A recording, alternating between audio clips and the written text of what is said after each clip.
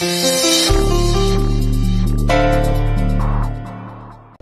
है, बहुत बड़ी खुशखबरी है। ईश्वर ने आपकी प्रार्थना और मेरी इच्छा दोनों सुन ली। क्या हुआ? क्या हुआ? कमाल हो गया। लक्ष्मी के पेट में पल रहा बच्चा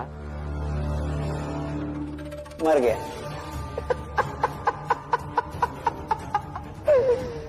अच्छा हुआ ना प्रचंड देवी जी। देखिए, उस छोटी जात का बच्चा बड़ा होता, उस भीमराव के साथ रहता, क्या पता आगे चलकर वो भी भीमराव की तरह हमें परेशान करता। हाँ, लेकिन अब ऐसा कुछ नहीं होगा। तो बताइए, इससे बड़ी कोई खुशखबरी हो सकती है हमारे लिए? बताइए आप। नरोत्तम, सचमुच बहुत अच्छी खबर सुनाई है तुमने। हाँ, इसी बात पर तुम भी आरती लो। अच्छे से आरती ले लीजिए जोशी जी।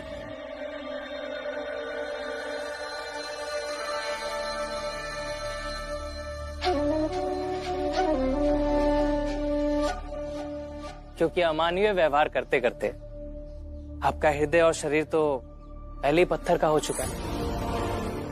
अभी तो देखिए ना, देवता की पवित्र आरती भी आपके हाथों को झुलसा नहीं पा रही। वैभव, तुमने अभी इतना नहीं पढ़ लिया जो हमें ज्ञान तो, समझे? क्षमा करे भाऊ साहब, पर मेरा मकसद आपको अपमानित करना नहीं है। मैं तो बस इतना कह रहा था कि लक्ष्मी का शुद्धिकरण तो आपने कर दिया था ना। वो तो अब छोटी जात की नहीं रही, जैसे कि भीमराव, फुलिया धोबन, दीपक, नंदू, डलिया अम्मा है। उसके बच्चे के मरने पर अगर शोक नहीं जता सकते तो कम से कम खुशियां तो मत मनाइए।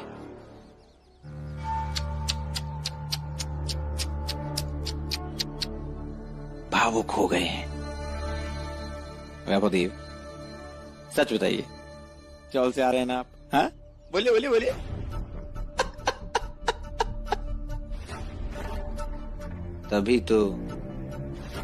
तभी तो सारी जानकारी है कि कौन नंदू, कौन दलिया, कौन दीपक, कौन फुलिया। हाँ? नहीं, मैं केलुस्कर गुरुजी से मिलकर आ रहा हूं।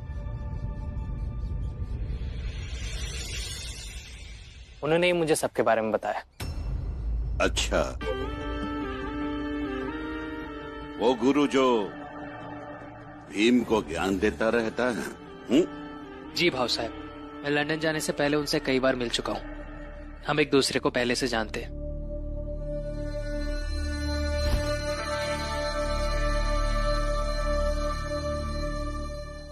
वैभव, तुम्हारी जान पहचान कुछ ज्यादा ही बढ़ रही है।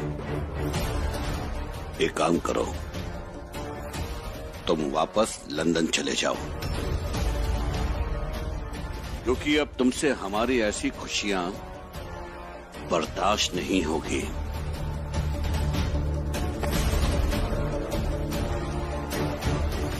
भाऊ साहब। वैभवदेव, गो बैक।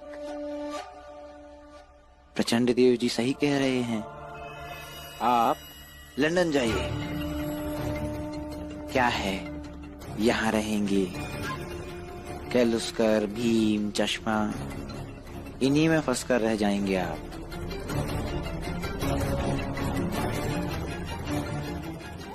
लंदन जाइए, लंदन।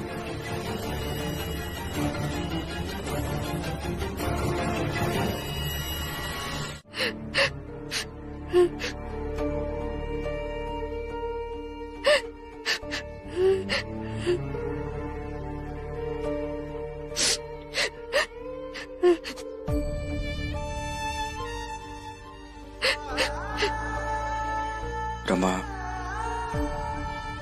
बस हो गया, अभी रोना। लक्ष्मी दीदी कितने खुश थी, आनंद भैया भी खुश थे। भले ही यह हमसे नफरत करती हो, लेकिन बच्चे को लेकर आई की भी उम्मीदें थी। देखो रमा, मैं तुम्हारे दुख को समझ सकता हूँ, मुझे भी दुख हुआ है, लेकिन जो होना था वो तो हो गया ना अभी।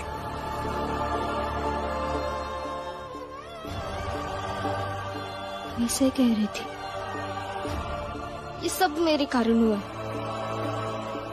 मैं तो दीदू का राय को जानती थी ना, फिर भी क्यों मैंने आनंद भैया से तेल मांगा? ना ही मैं उनसे तेल मांगती और ना ही उन दोनों में झगड़ा होता। रमा देखो, अभी जो हुआ है उसमें हम कुछ भी नहीं कर सकते हैं, इसलिए खुद को दोष देना बंद करो। तुम्हारी कोई गलती नहीं है।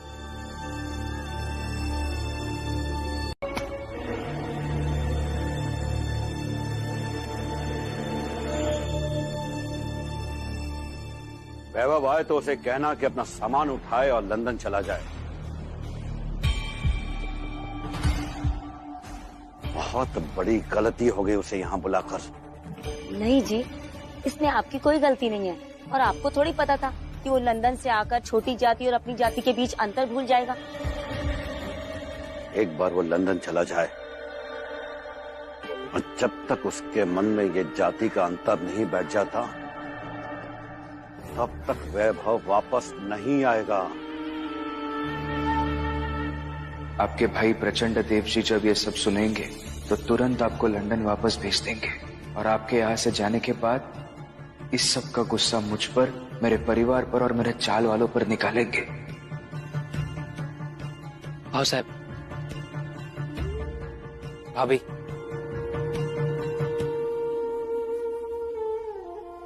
मैं लंदन छुट्टियों के बाद ही जाऊंगा।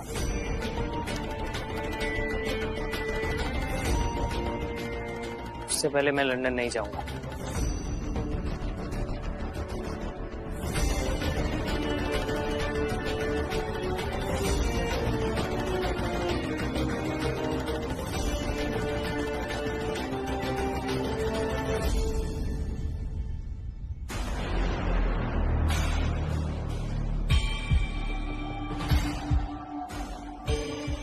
क्या कहा तुमने? फिर से कहो। भाव साहब, मैं लंदन छुट्टियों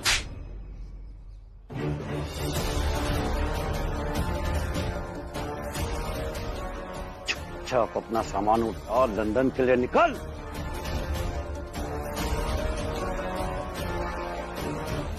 भाव साहब, बचपन से लेकर आज तक आपके हर आज्ञा को मैंने अपनी जान से बढ़कर माना है। ये मत कहिए। मुझे छुट्टियों तक यहीं रहने दीजिए प्लीज।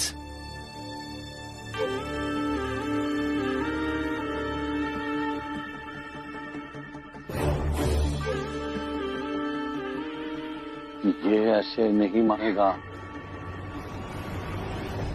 रुकिए, शांत रहिए, ऐसे मारने से कुछ नहीं होगा। मौका देखकर मैं समझाऊंगी उसे, बात करूंगी उससे। समझाओ उसे। लिखिए आप FIR। Vaibhav Dev ji, please ये सब मत कीजिए, बहुत बड़ी मुसीबत आ जाएगी। भीमराव, तुमने एक सही काम शुरू किया था, लेकिन तुम्हारी जात और पहुंच वैसी नहीं थी, और मेरी है, इसलिए तुम्हारे इस सही काम को मैं आगे बढ़ाऊंगा।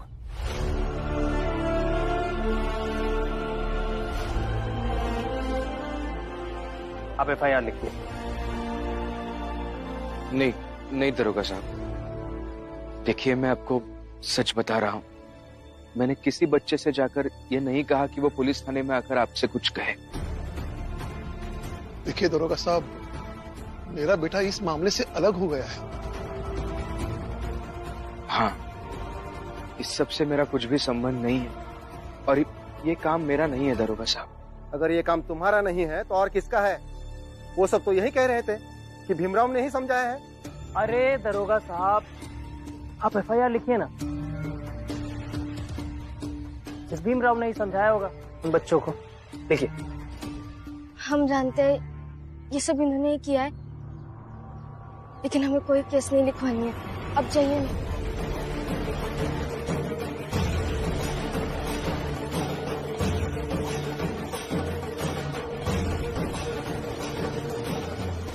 मालिक, आप प्रचंड देव जी के भाई है, आप ये क्या कर रहे हैं? हाँ, अब बड़ी जात के हुई कि छोटी जात वाले की काहे मदद कर रहे हैं? मुझको लगता है कि छोटी जात वाले भीम का उद्धार करने का नशा चढ़ गया है आपको। वैभव देव जी, आप ऐसा क्यों कर रहे हैं? दरोगा साहब, आपकी जुबान का कोई महत्व है भी या नहीं? जो शर्त थी उस पर कायम रही। आप FIR लिखिए। वैभव देव जी, ये आप जाने, ये भीमराव जाने और इस केस से संबंधित लोग जाने। मैं अब FIR लिखता हूं और शिकायत दर्ज करता हूं।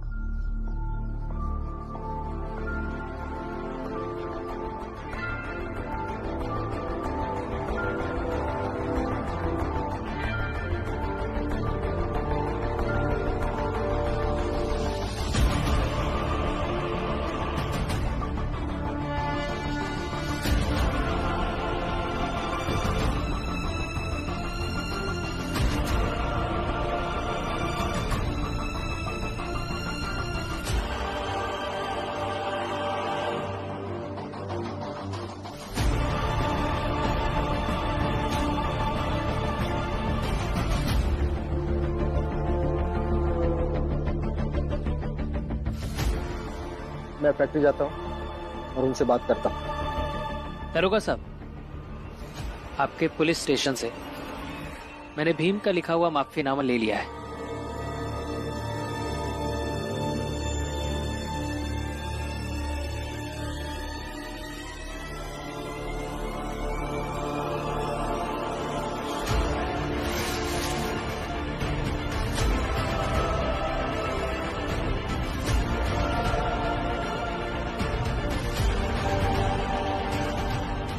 झूठे को झूठा मिले, दूना बंधे सने,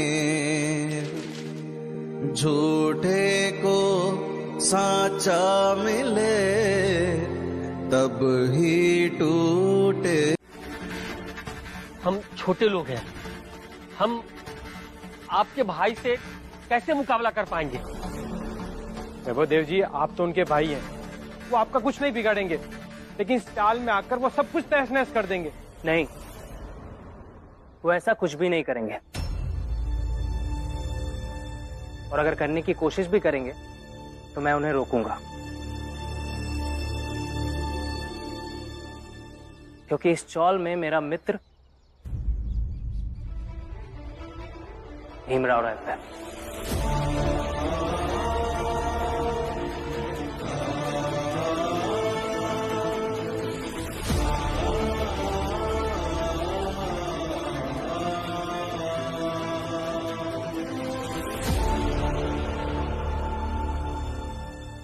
भीम ने अभी मेरी दोस्ती का ऑफर स्वीकारा नहीं है।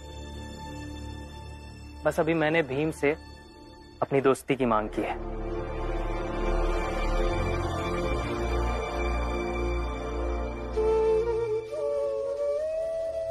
और काकी, आप तो भीम की आई हो ना? माना सौतेली ही सही, पर हो तो आई ही।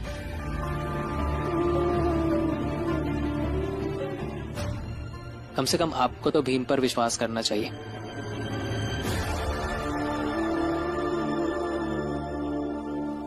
आपके भीम की बातें इतनी सही होती है जितने लंदन में पढ़े लिखे बहुत समझदार लोग भी नहीं कर पाते हैं।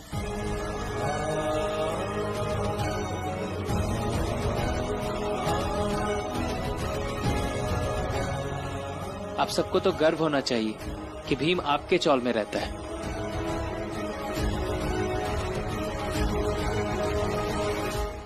और सबसे ज्यादा गर्व तो आपको अपनी किस्मत पर होनी चाहिए कि भीमराव आपका बेटा है। साहिब मेरे साहिब,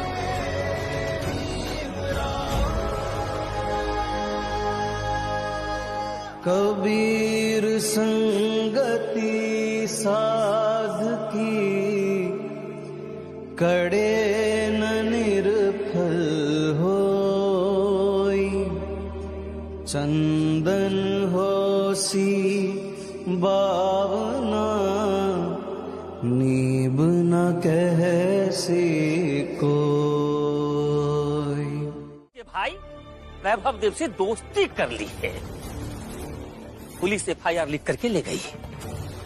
अब तक तो पटाखे के फैक्ट्री के मालिकों को पता चल गया होगा कि ये पंगा उनसे किसने ली है।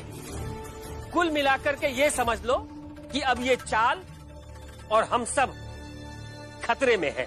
अरे तुम लोग तो शुद्धिकरण किए हुए लोग हो, तुम्हें किस बात से डर लग रहा है?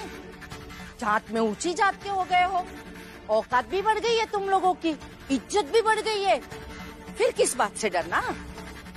एक को बात बताओ, तुम तो पहले हो डरात रहे, इस शुद्धिकरण करे ओकरे बाद भी डरात हो, तो ये जो इतना नाटक किए, खेला खेले शुद्धिकरण का, इसे क्या फायदा हुआ? ऐसे बढ़िया तो छोड़ जात के रह जाते नहीं? ज्यादा बकवास मत करो फुलिया। अच्छा, यहाँ हम सबों की सांसें अटकी पड़ी हुई है। अरे हम तो ये कहते हैं कि चाल के बाहर दीवार पे लिखवा देते हैं कि चाल के लोगों को भीमराव से कुछ लेना देना नहीं है। लेना देना है और भीम से मतलब भी है। हाँ, हमके भी भीम से लेना देना भी है और मतलब भी है। मुझे भी है।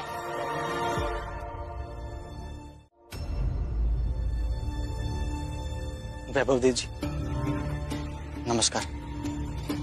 हाँ, मैं भीम का बड़ा भाई आनंद। आनंद बोलो।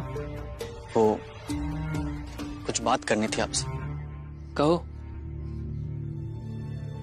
मुझे एक नौकरी चाहिए। सबने कहा कि आपसे यूं मदद मांगना सही नहीं है, और मुझे भी लगता है कि मेरा यूं उम्मीद करना आपसे मदद की जायज नहीं है। लेकिन कुछ दिनों से जब घर लौटता हूं शाम को, बिना किसी नौकरी, बिना किसी काम के, तो खुद से नजर नहीं मिला पाता। तो खुद को बहुत समझा कर आपके पास आया हूं ये बात करने के लिए।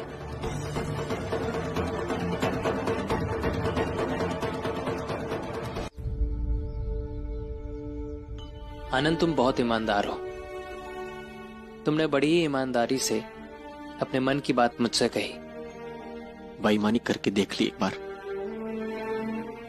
जात को छुपाकर काम किया था एक जगह, और बहुत महंगा पड़ा था वो। और तब से ही एक बात तय कर ली थी कि भीम का तरीका ही सही तरीका है। चाहे नुकसान हो, लेकिन हमेशा सच बोलो। ठीक है, मैं तुम्हें चर्चगेट की एक फैक्ट्री में भेजता हूं। उनसे बात करो, मेरा नाम लेना, शायद काम बन जाए। आप किसी से कहिएगा मत कि आपने मदद की है मेरी। अगर ये बात हमारे घर में किसी को पता चली तो बिना बात के बहुत सारी लड़ाइयां होंगी, और घूम फिर के ये बात भीम या रमा पर आएगी, और मैं ये नहीं चाहता कि हो। ठीक है, नहीं कहूंगा। अब जाओ। पहले इस पे हस्ताक्षर कर दो, फिर बताती हूँ। हस्ताक्षर किस चीज के लिए? जब मेरे बेटे ने तुम पर चोरी का झूठा इल्जाम लगाकर तुम्हें थाने पहुंचाया और मुझे कमरे के अंदर बंद कर दिया, तभी मैंने सोच लिया था कि अपनी संपत्ति का आधा हिस्सा तुम्हारे नाम लिख दूंगी। ये वही है, हमने अपना अंगूठा लगा दिया है। तुम हस्ताक्षर कर दो, मैं इसे कोर्ट में जमा कर दूंगी। मेरे एक नालायक बेटे के सिवा कोई नहीं है दुनिया में। मैं जानती हूँ कि मेरी सारी संपत्ति मेरे बेटा कहीं ना कहीं डुबो ही देगा, इसलिए तुम्हें कुछ बचा कर देना चाहती हूँ। आपने मेरे बारे में इतना सोचा, मैं समझ नहीं पा रही हूँ कि आपको धन्यवाद कैसे कहूँ। बेटा, तुम्हारे साथ रहकर एक अपनापन सा लगता है, ये उसी अपनेपन के बदले में है। नहीं, मैं नहीं ले सकती। काके, मेरे पति हक की लड़ाई लड़ते हैं और मैं उनकी पत्नी होकर कैसे किसी का हक मार सकती हूँ? तो फिर उस अपनेपन के बदले मैं तुम्हारे लिए क्या कर सकती हूँ? मेरे पति कहते हैं कि कोई व्यक्ति किसी दूसरी व्यक्ति को सबसे महंगा उपहार दे सकता है तो वही बराबरी का दर्जा होता है। अगर आप मुझे अपने बराबर के मानने लगेंगे तो वो मेरे लिए इसे कई संपत्तियों से कीमती होगा।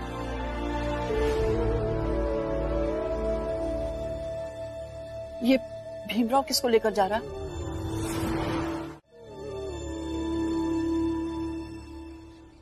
एक काका है। आप एक काम करेंगे? हाँ बोलो। आप कुछ देर के लिए यही रहिए। जब उन्हें होश आ जाएगा तो उनसे कह दीजिएगा कि आप ही उन्हें अस्पताल लाए, क्योंकि मैं नहीं चाहती कि उन्हें पता चले कि इन्होंने भी उनकी मदद की है। उन्हें पता चलेगा कि आपने उनकी मदद नहीं की है तो आपको एक बुरा आदमी मानेंगे। कम से कम आपसे दूर तो रहेंगे। काका, इतना काम कर दीजिए, एहसान हो जाएगा हम पर। सही कह रहे हो तुम, इतना कर दीजिए ना काका। हाँ ठीक है, मैं यहीं रुकता हूँ और मैं बोल दूंगा कि मैं उन्हें लेके आया था। जी चलिए। धन्यवाद रमा, तुमने जो सुझाव दिया था वैभव देव जी से मदद मांगने के लिए, उन्होंने मदद की और काम मिल गया।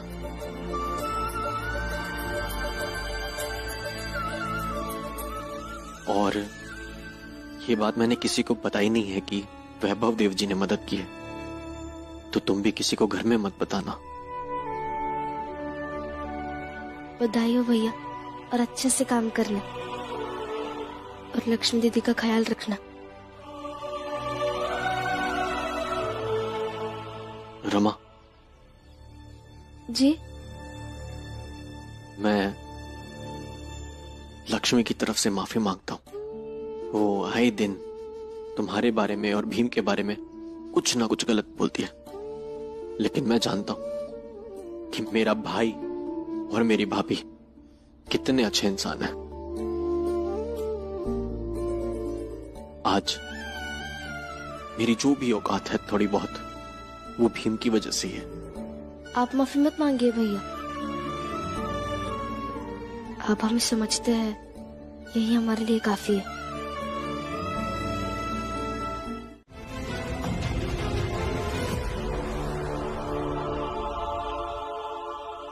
और छोटी जात के व्यक्ति दिखा दिए ना अपने रंग ढंग।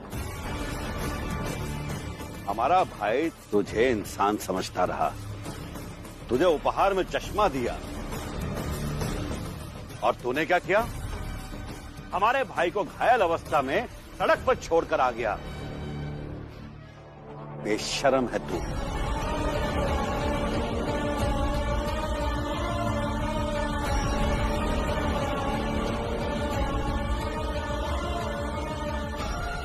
बोलो भीमराव, चुप क्यों हो?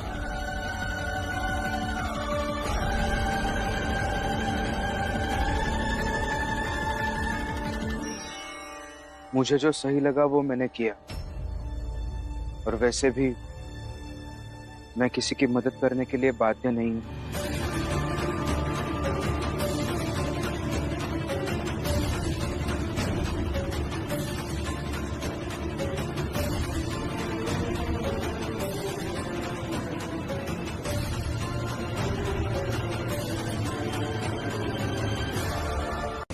हाँ, मैंने भीम को दोस्त माना है और मैंने अपने दोस्त को गले लगाया, बस इतनी सी बात है।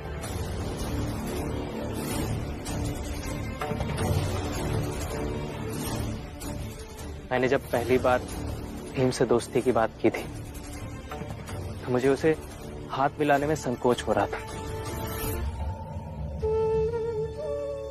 क्योंकि आप सबने बहुत पहले से मेरे अंदर ये बीज डाल रखा था कि छोटी जात के इंसान को छूना नहीं चाहिए।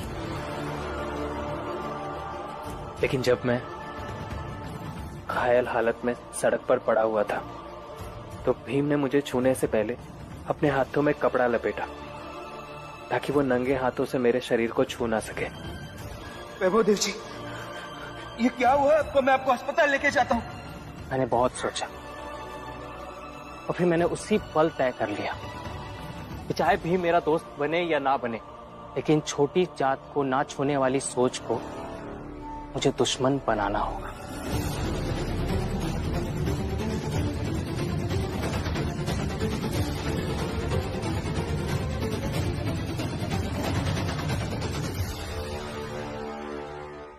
दुश्मन तो आप बन गए वैभव देव, लेकिन हमारे नहीं, स्वयं के।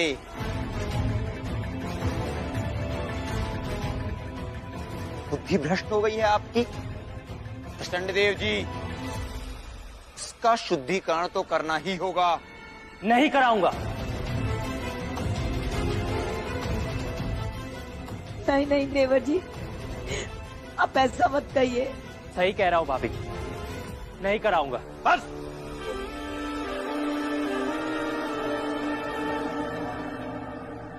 वैभव, शुद्धिकरण तो तुझे करवाना ही होगा, वरना तुझे यही इन छोटी जाति वालों के साथ रहना पड़ेगा, क्योंकि तू अशुद्ध हो गया है। नहीं नहीं देवर जी, घर चलेंगे और शुद्धिकरण भी कराएंगे, है ना देवर जी? चलिए। नहीं भाभी, मुझे नहीं लगता कि मुझे कोई शुद्धिकरण कराने की जरूरत है, और ना ही मुझे लगता है कि भीम के साथ दोस्ती करने के लिए मुझे इनकी जात का होना जरूरी है। मेरे बाबा बचपन में ही गुजर गए। क्या मैं आपको बाबा कह सकता हूँ?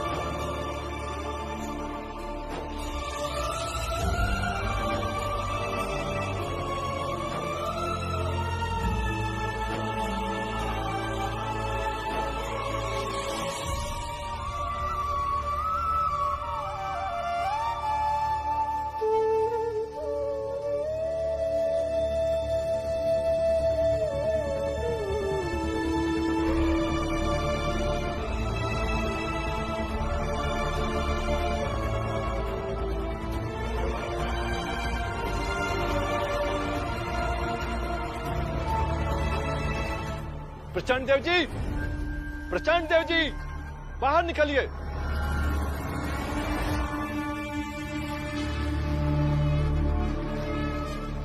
लो, अब ये लोग आ गए आग में घी डालने।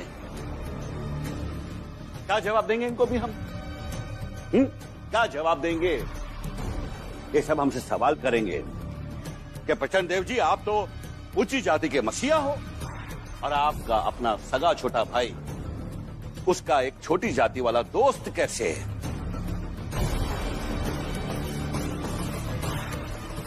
जी जी जी, आप कह दीजिएगा कि वो हमारी बातें नहीं सुनता। मन तो करता है कि तुम्हारा गला दबाकर यही मार दे। हम जाकर उनसे ये कहे कि हमारा छोटा सगा भाई हमारी बात नहीं सुनता। हा? अगर हमारा छोटा भाई हमारी बात नहीं सुनता तो इलाके के लोग हमारी क्या सुनेंगे? क्या इज्जत रह जाएगी हमारी? पता नहीं उस बेचारे ने अपनी जात के लोगों से क्या क्या सुन लिया होगा, लेकिन फिर भी यहाँ आके हिम्मत दिखाई, और ये सब होकर भी मैं चुप खड़ा रहता तो बहुत ही निष्ठुर लगता, जैसे हमें लगते हैं बाकी के लोग। आवाज दे दे के थक जाते हैं हम, लेकिन फिर भी वो अपने दिल में और अपने घर में हमें जगह नहीं देते हैं। वाह भीम भाऊ, वाह। तो अब किसी के पास इन सवालों का जवाब है?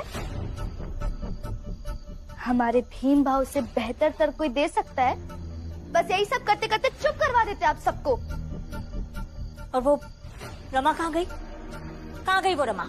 वो तो बहुत बड़ी बड़ी बातें कर कर गई थी कि ऐसा कुछ नहीं होने देगी। काम पर गई है, आती होगी। क्या हुआ? दीदी बताइए क्या हुआ? रमा, दरअसल वैभव देव जी को पता चल गया कि भीम ने ही उनको अस्पताल पहुंचाया था, तो यहाँ पर सबके सामने आके उन्होंने भीम को गले लगाया और उन्हें कुछ संकोच भी नहीं हुआ, और उन्होंने यहाँ पर आकर भीम के सामने दोस्ती का हाथ बढ़ाया और भीम ने भी उनकी दोस्ती स्वीकार ली। वैभव देव जी, मुझे आपकी दोस्ती मंजूर है। अब पूछो इससे ऐसा क्यों किया इसने? कहकर गई थी ना ऐसा कुछ नहीं होने दोगी। पूछो।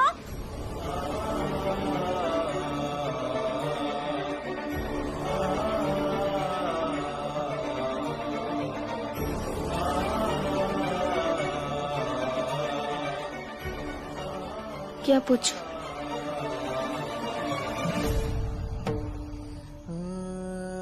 कोई यूं गले लगा लेता है तो दिल भर ही जाता है।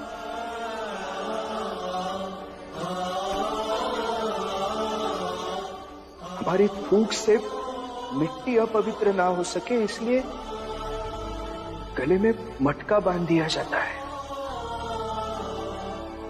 लगता है हम जीत गए और हार गई ये सामाजिक जातिगत व्यवस्था।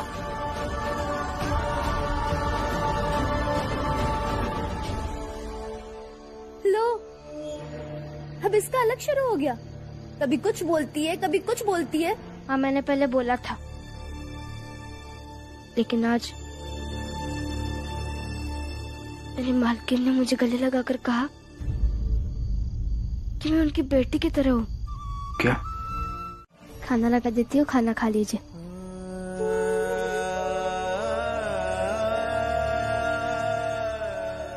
क्या सोच रहे?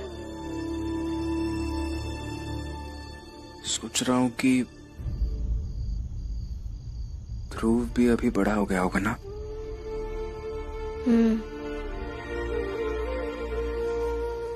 क्या करता होगा अभी? पता है, बड़ा अजीब था वो। अपने बाबा से लड़ जाता था। मार के देखिए, अगर एक भी कदम आगे बढ़ा है ना तो मैं ये पत्थर सीधा आपके सर पे मारूंगा। बाद में एक झोपड़ी बनाकर बाहर रहने लगा था। मुझसे पहले ध्रुव आया था बम्बई, और फिर बाबा मुझे लेके आए। वैभव जी से आपको ध्रुव भाव की याद आ रही है क्या?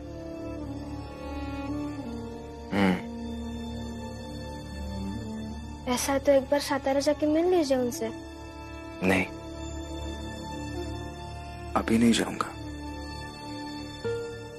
अंबेडकर गुरु जी के मुताबिक मैं जब कुछ बन जाऊंगा ना रमा, तब जाऊंगा सातारा। ध्रुव से भी मिलूंगा और तुम्हें भी सातारा दिखाऊंगा।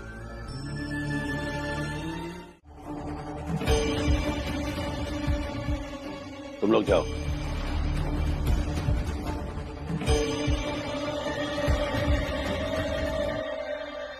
हमारे भाइयों में एक तुम ही थे जिसे हमने अपने कांधे पर बैठाकर घुमाया है।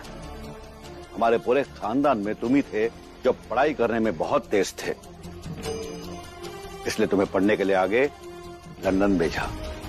और हम सबसे कहते थे कि हमारे देव परिवार का नाम हमारा वैभव ही रोशन करेगा। मगर तुमने क्या किया? परिवार का नाम रोशन नहीं किया, बल्कि उस छोटी जाति के मोहल्ले में लैंप लगाकर उनके मोहल्ले को रोशन करने लगा। हमारी कोई औलाद नहीं है, लेकिन हमने तुम्हें अपनी औलाद से कम भी नहीं समझा। और उसका सिला तुमने हमें क्या दिया? तुम उस छोटी जात वाले भीमराव के दोस्त बन गए। जी खाना तैयार है, अंदर आकर खाना खा लीजिए। तुमने खाना खाया है या नहीं इससे हमें कोई मतलब नहीं है, मगर वैभव इस घर से अब तुम्हें खाना नहीं मिलेगा। और हाँ, अपनी ममता में बहकर इसे खाना मत खिला देना, समझी? जी।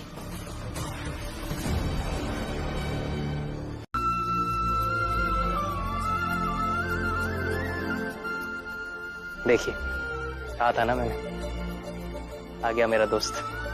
हमने सोचा आपने कुछ खाया नहीं होगा, इसलिए मैं और रमा खाना लेकर आए। ये आप क्या लगा रखा है? तुम बोलो भीमराव।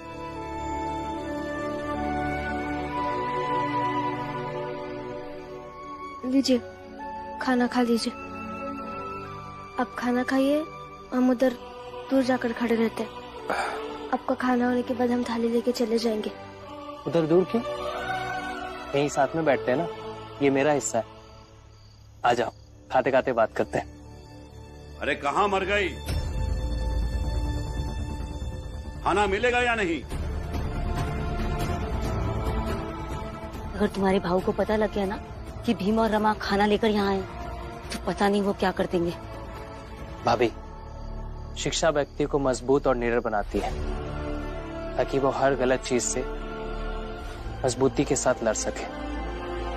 आप चिंता मत कीजिए, जो होगा देखेंगे। अरे जूता खाओगी या अंदर आओगी? जी जी आई। लेकिन वैभव, एक शिक्षित व्यक्ति को यह भी करना चाहिए कि वो जितना अवरोध कम कर सके उतना करे। इसलिए हम दोनों वहां दूर जाकर खड़े रहते हैं। तब तक आप आराम से। फिर से आप। तुम खाना खा लो। वहीं बैठते हैं, कोई बात नहीं, आ जाओ। लेकिन कोई बात नहीं, आ जाओ।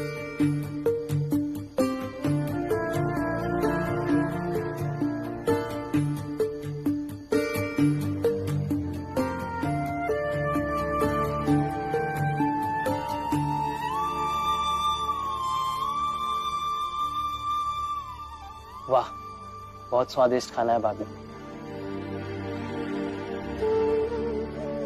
तुम दोनों ने खाना खाया? हाँ, हमारा हो गया है। अब खाइए।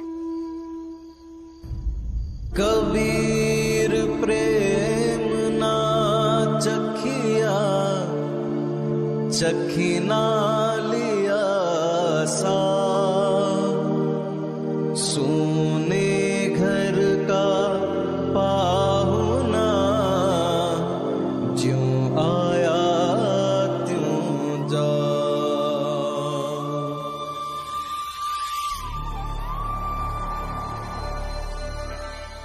देखा देखा, आइए।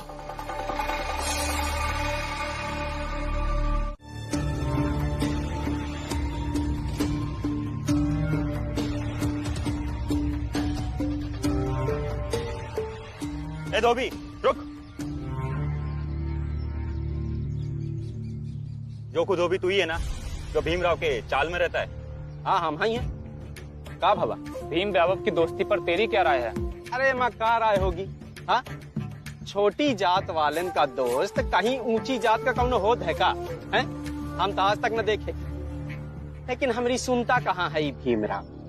हाँ तो अब सुनेगा, जब सुनाने सही तरीके से आएगा तो सुनेगा। अरे अरे ऐसा मत करो, ये हमारा कपड़ा नहीं है। अरे तेरे कपड़े हो या किसी और के, हमें फर्क नहीं पड़ता। अरे लेकिन हम किए कहाँ हैं? हमसे कपड़ा काहे छीन रहे हो आप लोग? तू भीम की चाल में रहता है ना, यही तेरी सबसे बड़ी गलती है। चला। अरे क्या कर रहे हो? ये हमारा कपड़ा वापस नहीं दिया। अरे जगह कपड़ा नहीं किया, साथ लगता है क्या?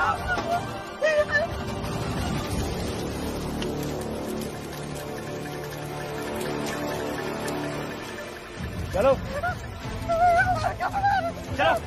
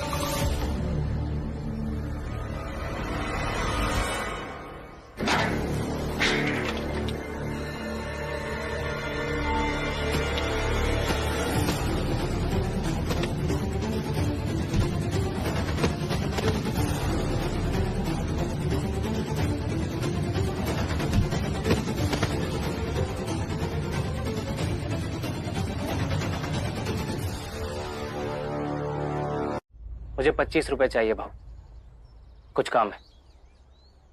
वैभव, अब तुमसे हमारा कोई रिश्ता नहीं है, तो मेरे पैसे किस बात के?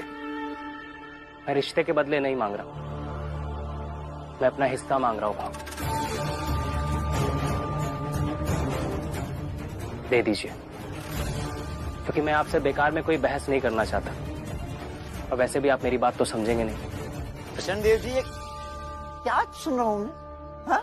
आप इतने समझदार हैं, इतने जिम्मेदार हैं, मुझे सुनने में आ रहा है कि वो भीम रमा आपके बरामदे तक खाना लेकर आए थे, और ये आपके प्यारे भाई वही खाना कल खा भी रहे थे।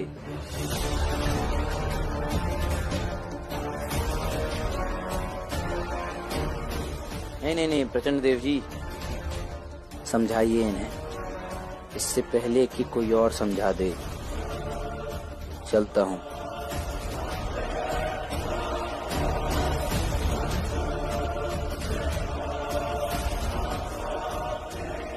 भाव। राम जी, तुम भी किसे समझा रहे हो? समझाया उसे जाता है ना जो ना समझ होते हैं। ये लोग तो पहले से ही बहुत समझदार हैं। तो इन लोगों को तय करने दो कि क्या करना है। चलो, हम लोगों को काम ढूंढने चलना है।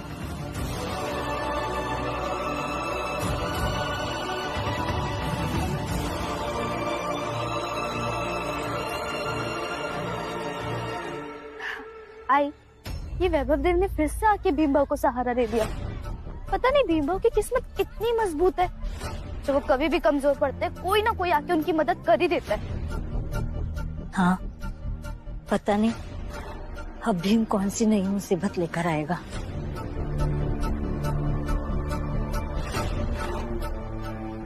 ए, रुको, क्या लिए जा रही हो इस थैले में? ये फल है, वो मेरी बहू का गर्भ गिर गया था, कमजोर हो गई है, इसलिए।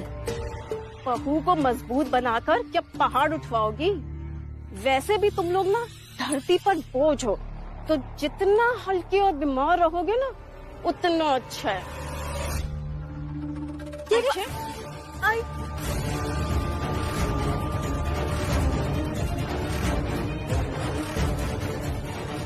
संतरा है, अच्छा है।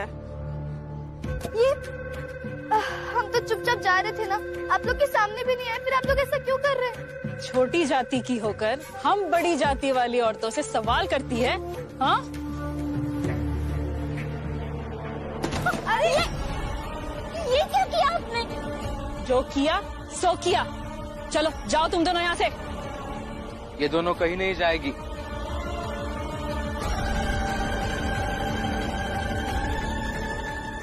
ए, तुम बीच में मत बोलो। भीम, सारे फल उठाओ, देखते हैं कौन रोकता है।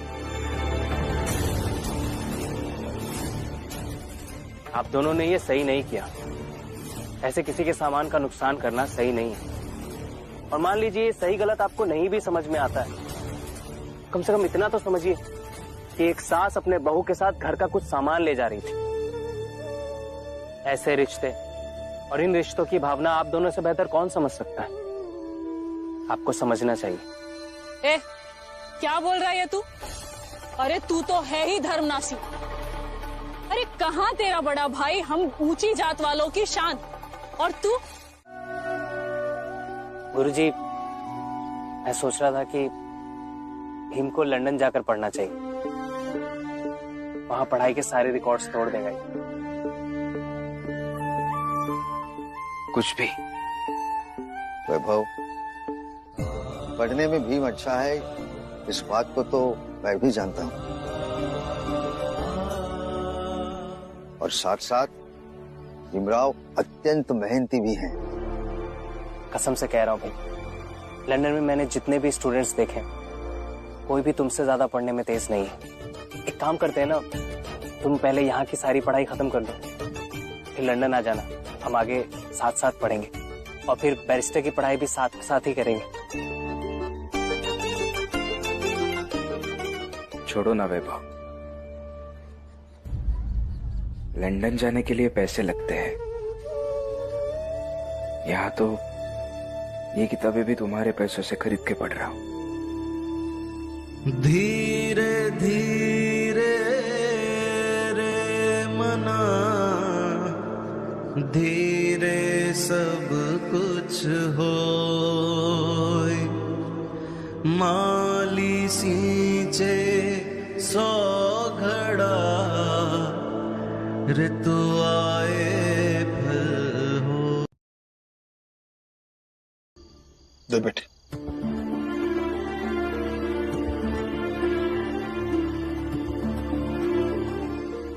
भीम के जीवन में चाहे जितना संघर्ष हो, लेकिन उसकी किस्मत इतनी तो अच्छी है। उसकी एक आई थी जिसने मीठी रोटी बनाकर उसके बचपन में मिठास घोला, और एक उसकी पत्नी है जो मीठी रोटी बनाकर उसके जीवन में जितनी भी कड़वाहट है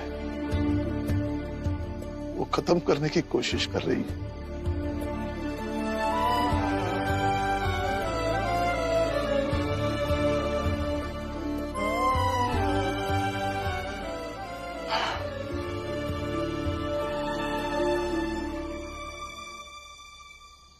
वाह, खाइए, मीठी रोटी खाइए। आज सरेआम आपकी पत्नी और बहू को सड़क पर रोककर उनसे फल छीनकर वो फेंक दिए गए, लेकिन उस बात का दुख किसी को नहीं है। उस बारे में किसी को बात भी नहीं करनी है। बात करनी है सिर्फ भीम की पढ़ाई, मीठी रोटी और भीम की किताबों के बारे में। खाइए, मीठी रोटी खाइए, कभी मिली नहीं है आपको खाने के लिए। और बाबा की तो नई आदत लग गई है, अब वो भीम भाव के साथ साथ रमा की भी तारीफें करने लगे। वही तो लक्ष्मी, अगर गलती से कोई अच्छा काम तुम भी कर लो तो बाबा शायद तुम्हारी भी तारीफ कर देंगे। तो मुझे भी थोड़ा अच्छा लगे तुम्हारा पति होने के नाते। अच्छा, अगर मैं जान भी दे दूं ना तो भी मैं आपको अच्छी नहीं लगने वाली। कर दी ना वही बात लक्ष्मी, हमेशा की तरह कर दी वही बात मरने की। कभी तो ऐसी बात करो जिसमें जीना हो। और आई, अगर किसी ने आपसे फल लेकर फेंक दिए तो समेटे किसने? भीम ने। तो आपको ये तो याद रह गया कि फल फेंके गए, लेकिन ये भूल गई समेटे किसने? आई, कभी तो कोई अच्छी बात याद रख लिया करो।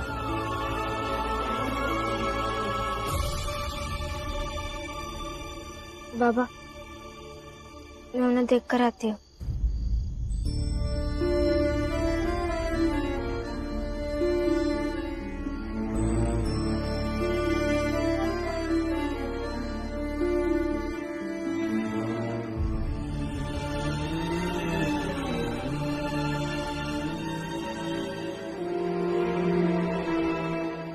बाबा, आप खाइए, हमें तो खुशी है भीम की पढ़ाई की।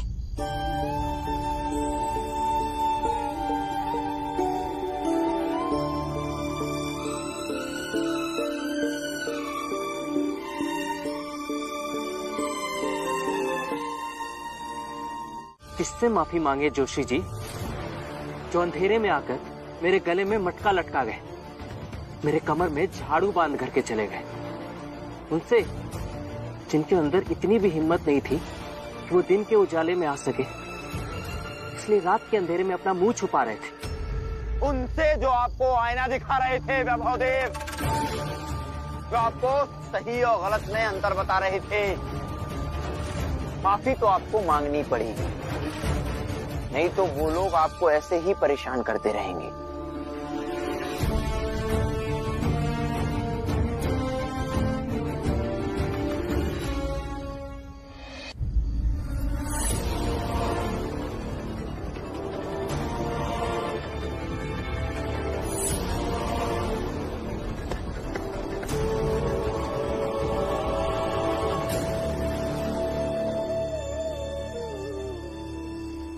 अकड़ नहीं गई वैभव देव, अभी तो ये सब शुरू हुआ है। आगे आगे देखिए, उस भीम के कारण क्या क्या होता है आपके साथ। वो क्या है ना जोशी जी, अब तो मेरी अकड़ और भी ज्यादा बढ़ गई है। ये कमर में झाड़ू और गले का मटका ना तो मुझे बिल्कुल भी झुकने नहीं देगा।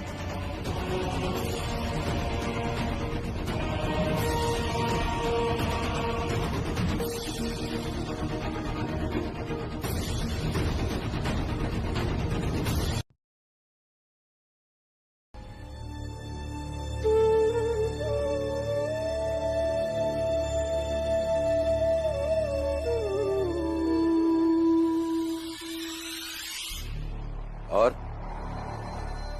रात भर में तो अक्कल आ ही गई होगी। वैभव देव, क्या कहा था रात को मैंने कि हम बड़ी जात के लोग दयालु होते हैं। अब देखिए कितने बड़े दिल वाले लोग हैं ये। हाँ? जैसे ही इन लोगों को पता चला कि रात में आपके साथ क्या क्या हुआ है, आ गए, सुबह सुबह आ गए आपकी मदद करने। वैभव जी, अभी भी कुछ बिगड़ा नहीं है। आप हम सबको आश्वस्त कर दीजिए कि आप भीमराव की दोस्ती आगे नहीं बढ़ाएंगे। हम सब जात वालों को समझा लेंगे और बात यहीं पर खत्म हो जाएगी।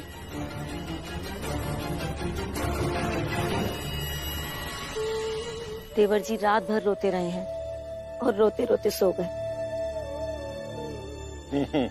हाँ हाँ, देखिए देखिए कितना डर है वैभव जी के चेहरे पे। प्रचंड देव जी, उठाइए डंडा और तोड़ डालिए इस गले में बांधने वाले मटके को, फिर आगे जो होगा हम देखेंगे। उठाइए डंडा।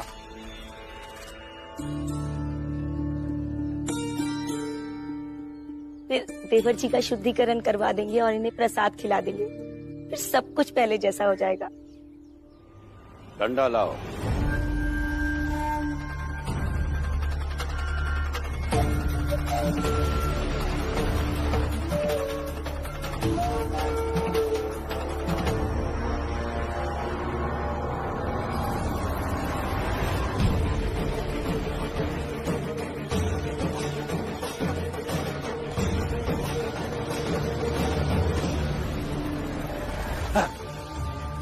बेवकूफ, शुद्ध कर दिया। नहीं भाव साहब, मैं भीम के साथ अपनी दोस्ती किसी भी कीमत पर नहीं तोड़ूंगा।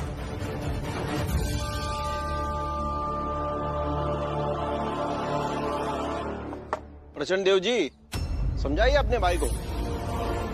वैभव देव, विनाश काले विपरीत बुद्धि, ये जो कुछ भी आप कर रहे हैं ये ना आपके लिए अच्छा है और ना ही हमारी जात, हमारे धर्म के लिए।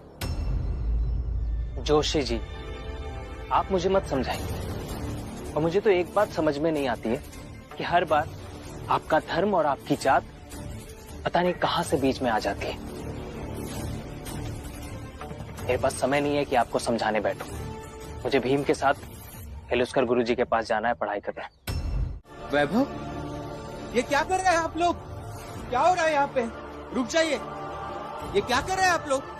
वैभव, ये वैभव, ये क्या कर दिया इन लोगों ने तुम्हारे साथ? भीम तुम्हारे साथ रहने का दंड भुगत रहा है ये छोटी जात वाला भीम इसके साथ दोस्ती करेगा तो ऐसा ही हश्र होगा तेरा।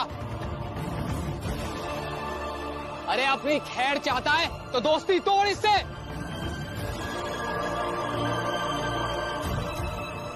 अरे हमका एक कौठो आदमी का नाम बता दो जेका भीमराव भला चाही से, जेका भी भीमराव का साथ मिला है वो आबाद भावा होए। वैभव देव जी का भीमराव का साथ मिला है, अब देखा उनका कागत होती। भीम चलो, कल उसकर गुरुजी हमारा इंतजार कर रहे होंगे। भीम भीम चलो पड़ा। कहीं नहीं जाऊंगा मैं वैभव, मेरी गलती है, मेरी वजह से हुआ ये सब कुछ।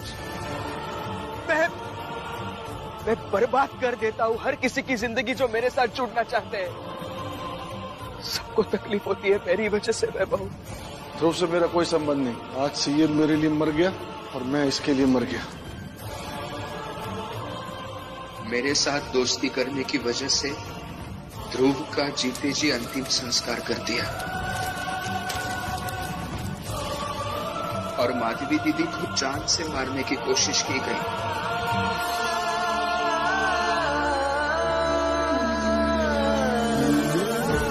मेरा साथ देने के कारण काका को मार दिया गया।